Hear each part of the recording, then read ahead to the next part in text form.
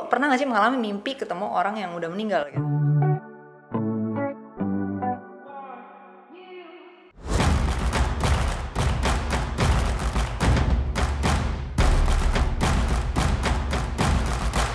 Balik lagi bersama saya Coki Pardede dan Kania Cita di salah satu rubrik dan konten di Geolive yang judulnya adalah Boleh Nggak? Yap. Konten kita tentunya akan menjadi salah satu alternatif, salah satu jawaban alternatif dari begitu banyak jawaban-jawaban yang sudah ada di media sosial mengenai pertanyaan-pertanyaan. Tentunya pertanyaannya kita langsung ambil dari kolom komen di rubrik-rubrik sebelumnya dan sudah kita sadur, dan langsung saja ini pertanyaannya sangat cocok sekali untuk Kania karena Kania termasuk golongan skeptis akan hal ini. Dan boleh. Langsung silakan, bisa dibiasakan, nanti akan muncul di bawah sini ya Kania. Iya. Ya. Kenapa kalau lewat pohon yang besar kita harus bilang numpang-numpang? Bukannya nanti kalau pohon itu ngejawab iya silahkan, malah kita jadi takut ya? Gitu. Yang nanya siapa namanya? Yang nanya namanya Fajar Suryo. Fajar Suryo. Ya memang ini adalah sebuah kebiasaan yang cukup lazim. Tapi lu diajarin gitu gak sih, Cok? Kalau dari orang tua gue enggak, tapi di masyarakat iya. Pada saat gue ke sekolah, guru ngajarin gitu kok. Kayak nah ini nih diajarinnya tuh, jadi kan ada ini lo sekolah di Depok bukan? Di Depok. Sama berarti. Ya tapi kan gimana ya, kalau Depok mengenai metafisik kan mereka percaya babi ngepet, gimana ya, maksud gue kayak pemahaman mereka tentang pakar lah.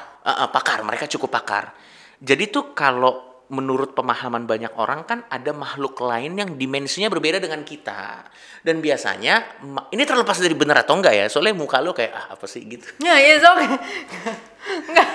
Enggak, santai aja. Maksud gue, terlepas dari ini benar atau enggak kan, buat beberapa orang kan ada makhluk halus yang menempati dimensi lain.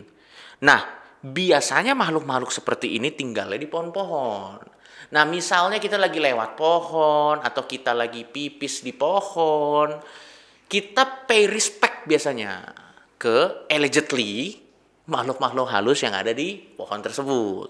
Itu argumen yang pertama. Makanya banyak orang kalau lewat pohon gede tuh bilang misi-misi gitu. Dan biasanya kalau misalnya dia habis pipis di pohon gede atau misalnya habis lewat di pohon gede tidak mengucapkan salam, misi-misi tadi, terus ada sesuatu yang buruk terjadi kepada dia, pasti dikaitkannya karena nggak permisi tadi. Padahal kan ada banyak faktor, tapi entah kenapa pohon menjadi faktor nomor satu. Kita kurang tahu ya. Nah, atau kalau mungkin dari point of view gua, kenapa dia misi-misi pada saat lewat pohon, karena mungkin dia selalu memberikan space bahwa akan ada kemungkinannya orang ada di balik pohon gitu. Walaupun memang kecil. Kecil ya?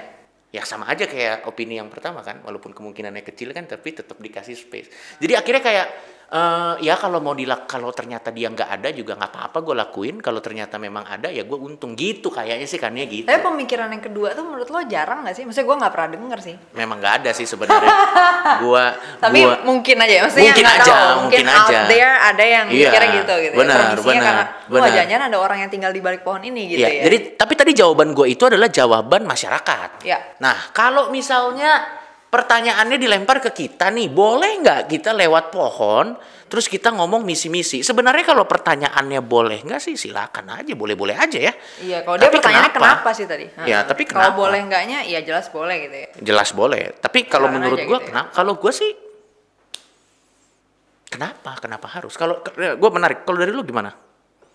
Tadi sebenarnya menarik juga sih pas lu bilang itu akarnya ada kepercayaan bahwa ada dimensi lain gitu. Ya. Ada side note lah, gue mau ngasih side note. Boleh.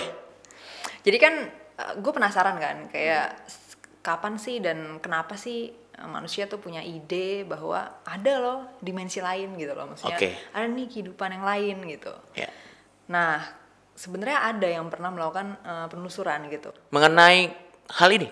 Mengenai maksudnya sejak kapan sih kita punya konsep ada dunia lain gitu, ada kehidupan yang lain gitu. Nah, penelusurannya itu didasarkan pada sejarah lukisan-lukisan di goa. Jadi lukisan-lukisan manusia di goa gitu ditemuin kan di berbagai macam tempat. dan itu konsisten ya di berbagai daerah di dunia gitu. Padahal kan pada saat itu nggak ada internet ya untuk orang-orang janjian ya. Tapi somehow terjadi proses perkembangan yang sama nih terkait dengan lukisan itu di gua. Ya, jadi ada lukisan-lukisan yang menggambarkan hal-hal yang real ya, yang orang-orang likely ngelihat langsung gitu, misalnya kayak hewan-hewan, singa dan lain-lain, betul, dan lain sebagainya. Tapi kemudian at some point di dalam peradaban manusia gitu ya, gue lupa berapa ribu tahun yang lalu, but anyway di suatu titik lukisannya itu ada yang surreal gitu, yang ini apa ya gitu, ini nggak mungkin ada nih di alam real ini gitu. Nah kemudian setelah ditelusuri lagi, perkembangan lukisan yang seperti ini tuh ternyata sejalan dengan perkembangan adanya kuburan yang lebih banyak gitu, lebih masif. Jadi orang-orang mulai melakukan tradisi penguburan gitu, lebih banyak nih melakukan tradisi penguburan dibandingin masa sebelumnya gitu ya. Jadi mulai ada tradisi penguburan di mana orang-orang dikubur bersama dengan benda-benda yang dia pakai semasa hidupnya. Jadi kalau lo hunter, lo akan dikubur bersama dengan panah, ya dan sebagainya. Nah, tradisi mengubur dengan cara ini tuh ada di berbagai tempat lagi-lagi. Jadi terlepas dari mereka tidak punya koneksi satu sama lain. Iya, jadi semacam co-evolve ya, kalau kita bilangnya biasanya bukan co-evolve, sorry, independently evolve. Jadi mereka berevolusi ke arah yang sama, tapi di tempat yang berbeda. Apakah itu sesuatu yang Kenapa? Ya, itu bagaimana menjelaskan? Nggak, itu sesuatu yang sangat umum justru, kayak misalnya ketika manusia berevolusi menggunakan alat untuk melakukan sesuatu lah, misalnya mungkin menggunakan alat mulai menggunakan alat, itu mereka nggak ada yang janjian, tapi somehow bisa ada di berbagai peradaban, sama-sama ketemu nih, kita pakai alat yuk gitu. Ada yang mungkin pakainya kayu diapain gitu kan, ada yang pakainya batu diapain. Nah begitu juga dengan konsep lukisan-lukisan ini.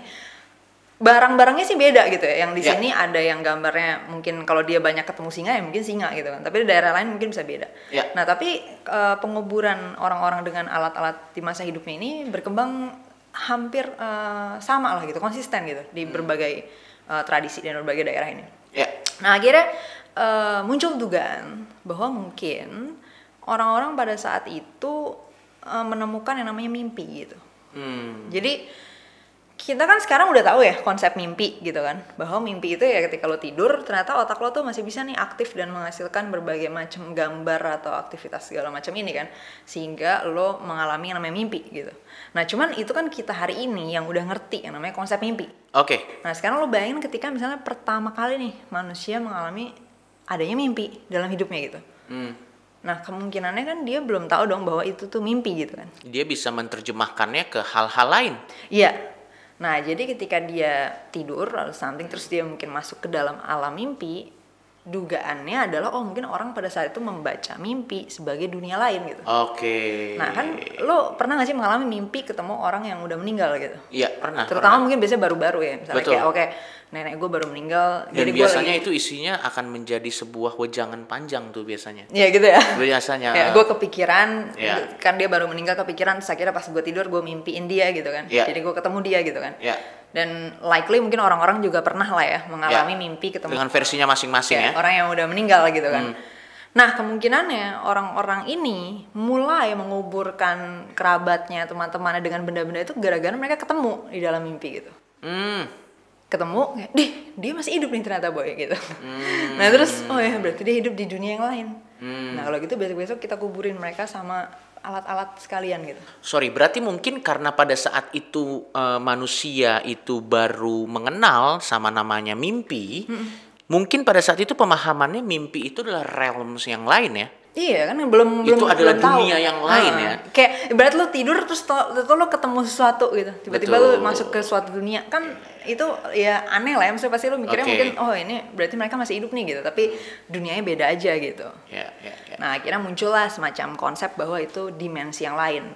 Dan itu jauh banget ya. Maksudnya udah tua banget loh. Udah kayak I think sekian puluh ribu, sekian ratus ribu tahun lalu. Dan itu evolve sampai kita kesini. Cukup lama. Jadi emang tradisi mengenal dimensi lain tuh udah tua banget, makanya wajar aja kalau hampir semua tradisi di dunia itu kenal suatu dimensi lain gitu. Sehingga yang berkembang di awal kan biasanya animisme dinamisme ya, maksudnya menyembah nenek moyang atau apa. Karena emang kelihatannya di awal itu yang berkembang adalah dimensi lain tuh isinya leluhur-leluhur kita gitu. Karena kan mereka ketemu nih dalam mimpinya itu pas mereka udah meninggal gitu. Pas si leluhurnya ini udah meninggal. Make sense banget sih. Dan kalau misalnya pertanyaannya kenapa sih harus begitu? Ya kita juga bertanya hal yang sama. Kenapa memang harus gitu harus. Kenapa? Iya kenapa? Ya kenapa gitu? Karena kalau buat gue ya, kalau gue masuk ke opini gue yang sebelumnya yang pertama tadi, ini juga mungkin diperkuatkan ya pada saat mungkin kita balik lagi ke konteks pertanyaannya, pada saat kita lewat ke pohon-pohon, terus kita mengalami hal-hal yang tidak diinginkan, sial atau apa, kita merasa itu karena memang kita tidak ngomong permisi ke pohon tersebut gitu. Jadi itu sudah menjadi sebuah premis di masyarakat yang sangat kuat, bahkan sampai kita, wah jangan-jangan kita nih nggak boleh ngomong ini apa segala macam. Nah, buat gua, saran gua daripada lu ngomong permisi pada saat lu lewat pohon, mending yang harus lu lakukan adalah yang pertama tentunya lu harus lihat di pohon itu ada nggak hal-hal atau faktor-faktor yang bisa membuat lu terluka gitu. Apa tiba-tiba buahnya udah mau jatuh, atau pohonnya udah mau ambruk, atau misalnya mungkin ada ular, atau mungkin ada sesuatu yang lebih nyata terlihat gitu. Menurut gue sih fokusnya itu aja dulu. Kalau memang tidak ada ya terserah sih mau ngomong permisi juga ya nggak apa-apa. Tapi ya kenapa? Gue juga sama sih kalau soal terkait kasus ini ya. Tadi kan itu side note aja tentang dimensi lain, tentang kasus ini. Apakah kalau lewat pohon besar tuh mesti numpang-numpang atau mesti bilang permisi atau apa? Gue sama kayak lu sih, Cok. Maksudnya keluarga gue atau orang tua gue nggak pernah ngajarin gitu. Tapi di sekolah ada yang ngajarin gitu, guru-guru ya kan, atau teman-teman sekolah gue. Betul. Nah, karena kebetulan kita sekolahnya di Depok, sepertinya itu bagian dari kurikulum. Itu bagian dari kurikulum mungkin. Tapi nggak juga ya, lu diajarin, gue diajarin sih. Ya kan kita di Depok. Iya benar sih. Gimana sih? Benar juga. Ya, makanya itu kurikulum kota Depok. Makanya Depok. Ya sudahlah kalau begitu, kalau Anda ingin bertemu pohon gede, yang jelas ini akan menyebabkan macet ya tentunya ya. Karena kalau ada orang banyak mau lewat pohon gede, semua ngomong misi, macetnya akan sangat panjang gitu. Dan for what? Why? Tapi kalau Anda memang merasa tenang untuk melakukan itu, silahkan saja. Tapi ya why? Fun fact, gue akhirnya memilih untuk nggak melakukan, justru karena penasaran sih, Cok. Oke. Jadi waktu itu gue dari SD akhirnya konsisten aja, gue nggak pernah ngelakuin itu, bahkan di gunung. Oh ya? Dan itu katanya termasuk yang paling horor gitu loh kan? Dan yang terjadi apa? Ya, Kania tetap pulang dan bikin konten boleh nggak sama Coki Pardede hari ini gitu. Iya, jadi emang gue seneng. Tapi gue rasa itu kemampuan, ya itu cocokologi aja sih. Misalnya lo lewat gunung, terus lo nggak ngomong permisi, tiba-tiba lo sial. Oh berarti karena aku nggak ngomong permisi. Emang cocokologi aja gitu. Kayak karena memang premisnya udah begitu, dan kayaknya lebih mudah menyalahkan makhluk di dimensi lain atas kesialan yang terjadi kepada kita karena tidak bisa diomelin. Iya. Misalnya contoh kan, kita nggak bilang permisi lewat pohon, tiba-tiba barang kita hilang, HP kita hilang di jambret misalnya kan. Gitu. Daripada kita bilang kita tidak hati-hati, tinggal bilang wah kualat nih. Gitu. Oh iya, benar juga ya. Iya, kasihan sekali.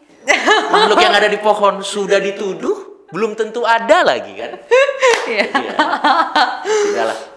Bebas-bebas saja. Silakan kalau Anda ingin melakukan itu. Jadi kalau ditanya kenapa kalau lewat harus bilang, itu sebenarnya yang bilang harus adalah Anda sendiri. Anda sendiri. Atau tidak harus. Atau kurikulum Kota Depok. Betul. Karena dan itu mungkin hanya dilakukan orang Indonesia saat ini ya. Karena saya lihat orang bule lewat pohon gede tidak pernah bilang excuse me. Saya tidak pernah. Iya, belum pernah ya. Orang Jepang juga saya tidak pernah lihat. Belum pernah lihat ya. Tapi ya silakan pilih Anda mau melakukan atau tidak. Ya, sampai ketemu di episode berikutnya.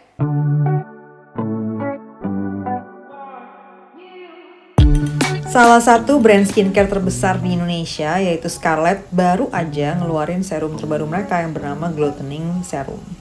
Nah, di sini kita mau cobain pemakaiannya. Itu pertama dimulai dari serum Acne Serum atau Brightly Ever After Serum. Silakan dipilih sesuai dengan kebutuhan. Untuk kulit normal bagusnya pakai Brightly Ever After Serum.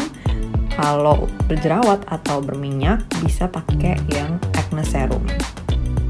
Varian yang Brightly Ever After ini didesain untuk meratakan kecerahan kulit dan melembabkan.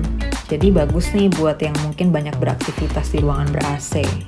Sementara yang acne serum didesain untuk helpful buat kulit berminyak atau berjerawat. Setelah pakai Brightly Ever After Serum atau acne serum, kita tambahin dengan Gloutening Serum. Manfaat dari Gloutening Serum ini sebenarnya jadi kayak booster ya untuk Brightly Ever After Serum atau acne serum. Gloutening Serum didesain untuk menyamarkan noda hitam atau flek hitam di muka, plus ngeboost manfaat dari Brightly Ever After atau acne serum. Teksturnya agak beda nih, kayak lotion gitu, tapi penyerapannya tetap cepat dan tetap ringan juga kok di muka. Ini direkomendasiin buat dipakai 2 kali sehari, sebelum beraktivitas dan sebelum tidur. Selanjutnya, kita bisa pakai krimnya nih. Ada krim malam dan krim pagi dari Scarlett, bisa dipilih aja.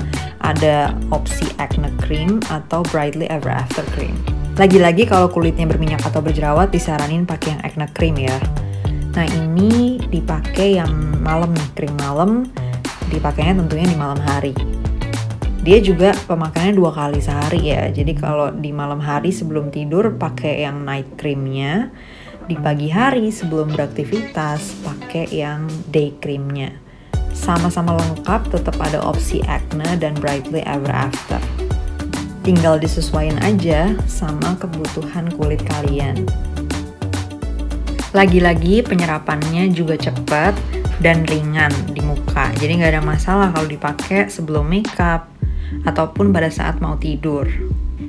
Nah ini ya, koleksi varian serum dari Scarlett yang bisa dipilih sesuai dengan kebutuhan kulit kalian. Selain serum, dia juga dilengkapin sama krim, ada krim malam dan krim pagi. Jadi bisa dipakai sesuai dengan kebutuhan aktivitasnya. Dimana krim malam buat malam hari sebelum tidur dan krim pagi buat sebelum beraktivitas. Oke, segitu dulu reviewnya. Bisa langsung aja kunjungin kanal-kanalnya Scarlett buat order produk skincare yang sesuai dengan kebutuhan kalian dari Scarlett.